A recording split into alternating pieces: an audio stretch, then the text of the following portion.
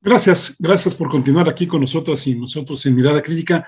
Hace poco se publicó un informe mundial de desigualdades y pues lo hacen en muchos países y pues afortunadamente incluyen a nuestro país. Toman datos de 2021, muchas fuentes, lo pueden ustedes consultar. Y de hecho me voy a permitir presentarles algunas gráficas y dos tablas. Perdón por no haberlas traducido al español, pero las vamos a ir comentando porque finalmente lo que importa son los números que ahí traen, no traen mucho texto y se me hicieron muy interesantes como para que nosotros las compartamos y pues que las veamos ahora sí que los retos que nos vienen aquí adelante y que de alguna manera nos sirven también como una base pues para proponer cambios, ¿no? Ahora que estamos en que pues se deben o no hacer cambios un poco más de fondo o nada más cosméticos.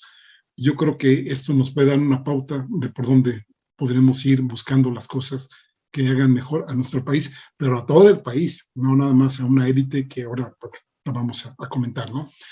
Bueno, fíjense ustedes, según este informe, en México el ingreso nacional promedio de la población adulta es de alrededor, estamos hablando de ingresos anuales, de 232,790 pesos. Eso es lo que ganan los adultos en promedio en 12 meses de trabajo. Mientras que el 50% de la población que está abajo, digamos, si nosotros dividiéramos desde la persona más rica hasta la persona más pobre, y estas las relativizáramos en porcentajes, digamos que del 50% que está a la mitad para abajo, estos ganan 42,700. Es decir, en vez de 232,790 pesos, apenas ganan 42,700. Y estas personas solamente tienen el 9% del total de ingresos, es decir, no llegan ni al 10%. Pero el 10% superior, digamos, en esta pirámide imaginaria, los que están hasta arriba, del 90 al 100%, o 91 al 100%, esos no ganan 232,790 pesos. Estos ganan 1,335,030 pesos al año, es decir, 57% del total de las ganancias. No sé si nos pudieras poner, por favor, la tabla 1, aquí para ponerla un poquito más esquemática, que a veces, bueno, pues sí cuesta trabajo pues estar viendo estas gráficas. Bueno, pues aquí la estamos viendo. Aquí pueden ver ustedes, les decía yo, perdón por estar en inglés. Está, por un lado, en la primera columna, toda la población, lo que dice full population, ¿sí? Luego está el 50% de más abajo, es decir, los que están, les decía, del 1 al 50 que ganan menos, el 40% que está a la mitad, de abajo está el top, es decir, los de arriba del 10%, pero vean también el renglón de hasta abajo, que nada más nos mide al 1% de la población que gana más aquí en nuestro país. Entonces, en esta segunda columna, ya digamos la de primera con los números, están aquí están, los ponen en euros, perdón, les decía hace rato que no lo alcanzamos a traducir, pero independientemente sean euros, dólares o lo que sea, vean las grandes diferencias, ¿no? Toda la población, 17,300, los de hasta abajo apenas 3,200, los de medio 14,500 y los de hasta arriba, el 10%, 99,400, pero el 1% de hasta arriba, 452,900. Si ustedes llegasen a dividir 452,900 entre 17,300, eso es lo que les da precisamente la cantidad de veces más que ganan unos que otros. Aquí podríamos decir que a diferencia de las grandes economías europeas, asiáticas y norteamericanas, los datos disponibles sugieren que México no experimentó una fuerte reducción de la desigualdad durante el siglo pasado. De hecho, pues ya llevamos 22 años entramos en el año 22 de este siglo, pero en los 100 años del siglo anterior, nada. De hecho, la desigualdad de ingresos en México ha sido extrema en el pasado y pues en el siglo presente, ¿no? El 10% de la población que más gana tiene una participación en los ingresos del país que más o menos va entre un 55 y 60% durante el periodo que se analizaron, es decir, lo que fue el siglo XX y lo que va de este siglo XXI, ¿no? O 22, el que sea ya, ¿no?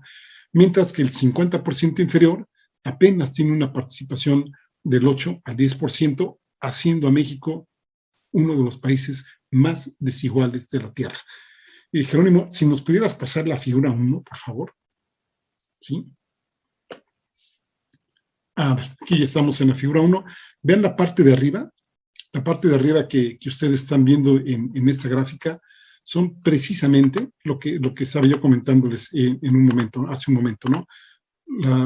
Ahora sí que los que se comen todo el pastel, digamos, lo ven ustedes en la línea roja, son los más ricos, el 10% más rico de México, y pueden verlo desde el año 2000, 2005, 2010, 2015 y 2020.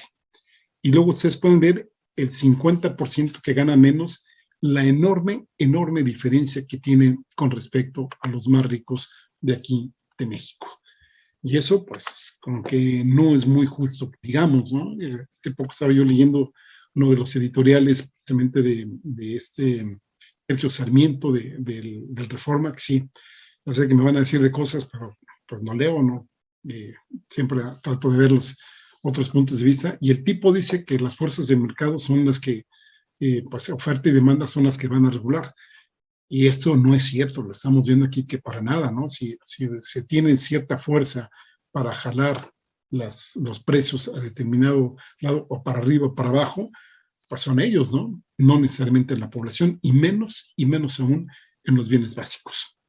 Otro indicador que se muestra precisamente en este informe es el que tiene que ver con la riqueza promedio de los hogares en México. Más o menos, si nosotros analizáramos cuánta riqueza hay en los hogares mexicanos y lo convertimos en pesos mexicanos, estaríamos hablando de 833,660 en promedio. La mitad más pobre de la población, ¿sí?, no gana estos 833,660 pesos. Más bien, en vez de ganar, pierden. La riqueza de esta población es negativa. Es decir, significa que el grupo de mayor pobreza, en vez de tener una ganancia a lo largo del año, tiene más deudas que activos. Esto está marcado con un contraste con el 10% de la población que más gana, que posee un promedio de ganancias al año, no de 833,660 pesos, sino de 6,561,490 pesos, ¿sí?, en promedio al año. Y este 10% se lleva el 62% de la riqueza en total. Si nos pudieras pasar la figura 2, Jerónimo, por favor, para que la veamos. Aquí podemos ver en esta gráfica que ustedes están viendo, ¿sí? Gracias, Jerónimo, por pasarla. ¿Sí? La distribución de la riqueza, ¿no? Aquí lo estamos viendo, sería la distribución de la riqueza en México. Vean ustedes en la línea roja también, aquí tienen un comparativo desde 1995 hasta el año, pues, 2020, perdón, cómo, pues, esto no ha cambiado nada. No solo no ha cambiado, sino que si ustedes pueden ver, en 1995 era menor las desigualdades, un poquito, hasta eso no mucho, que la que estamos viendo, pues, en los últimos años. Es decir, si esto ha cambiado, ha sido para peor, ¿no? Otro de los indicadores que pudiéramos analizar de este informe es justamente la participación laboral de las mujeres en el ingreso en nuestro país. Más o menos para que nos demos una idea a qué se refiere esto de la participación laboral femenina en ingresos, que de cada 100 pesos que se generan en México, 33 son generados por las mujeres y el resto, es decir, 77, ¿sí?, por los hombres. No, perdón, 67 por los hombres, por ya me están fallando las matemáticas. Esto ustedes dirán, ¿es mucho? ¿Es poco? Pues no, esto está por debajo del promedio de América Latina, que tiene 35%, es decir, las mujeres generan 35 de cada 100 pesos si los medimos en moneda mexicana, o Brasil, que generan 38 de cada 100, y en Argentina, que generan 37. Pero, pues, estamos mejor, por ejemplo, que el promedio del África subsahariana, donde desafortunadamente las mujeres apenas tienen el 28%. Pero, si nos comparamos con países, ahora sí que occidentales y de la Europa Oriental, por ejemplo, en Occidente, el promedio de los países europeos estamos hablando del 38%, y de Europa Oriental el 41%. Sin embargo, aquí hay que decir que sí hemos tenido ligeras ganancias. Si nos pudieras pasar la gráfica, Jerónimo, la figura 3, por favor, si nos la pasas, ¿sí? Gracias. Si no, aquí estamos viendo cómo vemos la participación de la mujer en diversos años, ¿no? Tenemos 1990, donde apenas de cada 100 pesos las mujeres generaban 23.6, es decir, no llegaban ni a los 24 pesos. En el año 2000, una década después, apenas un aumento imperceptible de 24.8, en el año 2010, 30.8, y en el 2020, que fue pues, la última medición que viene en este informe, es precisamente 33.2.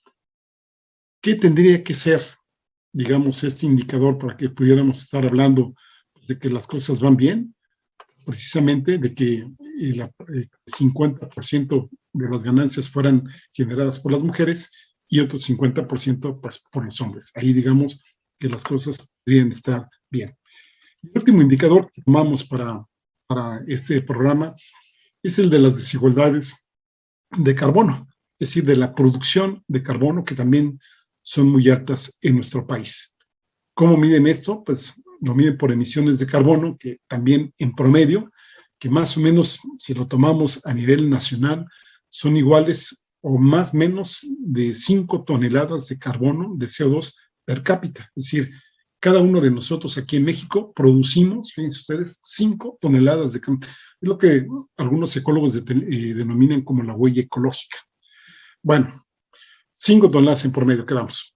Mientras que el 50%, digamos, más pobre de la población en México emite menos de 2 toneladas de carbono per cápita, menos de 2, o sea, todavía hemos hablado de 5 en promedio. Las emisiones del 10% más rico de la población son 10 veces mayores. Es decir, estamos hablando de 20 toneladas. Estamos aquí hablando de que, pues, en promedio 5, digamos, la clase social más pobre, pues, apenas si genera 2, es lo que estamos hablando, 1.9, ni siquiera llega al 2. El más rico genera 20, pero vean, el 1% más rico de la población de México, estos generan 83.7% de toneladas de carbono per cápita al año. ¿Eso está bien? ¿Realmente tendríamos que hacer caso a que nos digan que aquí los cambios tendrían que ser mínimos para que pues, al país le vaya bien? Acabo de ver, bueno, seguramente ustedes también las vieron, las declaraciones de Ricardo Monreal diciendo que los radicales de Morena iban pues, a destruir el país. Híjole, pues no sé, ¿no? Habría que ver quién destruye más al país, quién nos está llevando a situaciones pues ya muy extremas, ¿no? En condiciones de destrucción social, de tejido social y por supuesto de contradicciones que pueden llevar a conflictividades, pues como ya hemos visto y ya hemos padecido aquí en México, como levantamientos armados, revoluciones, y habría que ver pues por dónde. Hoy parece ser que tuvimos una breve interrupción, ahora sí que no fallan en estas épocas. Bueno, ya ven que somos todo territorio Telcel, supuestamente, ¿no? Bueno, pero ya básicamente, pues todo lo que tenía que haber dicho ya se los comenté. Nada más había, y no sé si se me alcanzó a decir que Brasil, por ejemplo, pues no tiene tantas desigualdades como nosotros las tenemos aquí en nuestro país. Sería muy bueno, ojalá pudieran echarle un vistazo a este informe, porque dice cosas muy interesantes como para poder argumentar que por lo menos si hay que sentarse pues ahora sí que a definir que sí hay necesidad de cambios y por dónde habría que entrarle para esos cambios.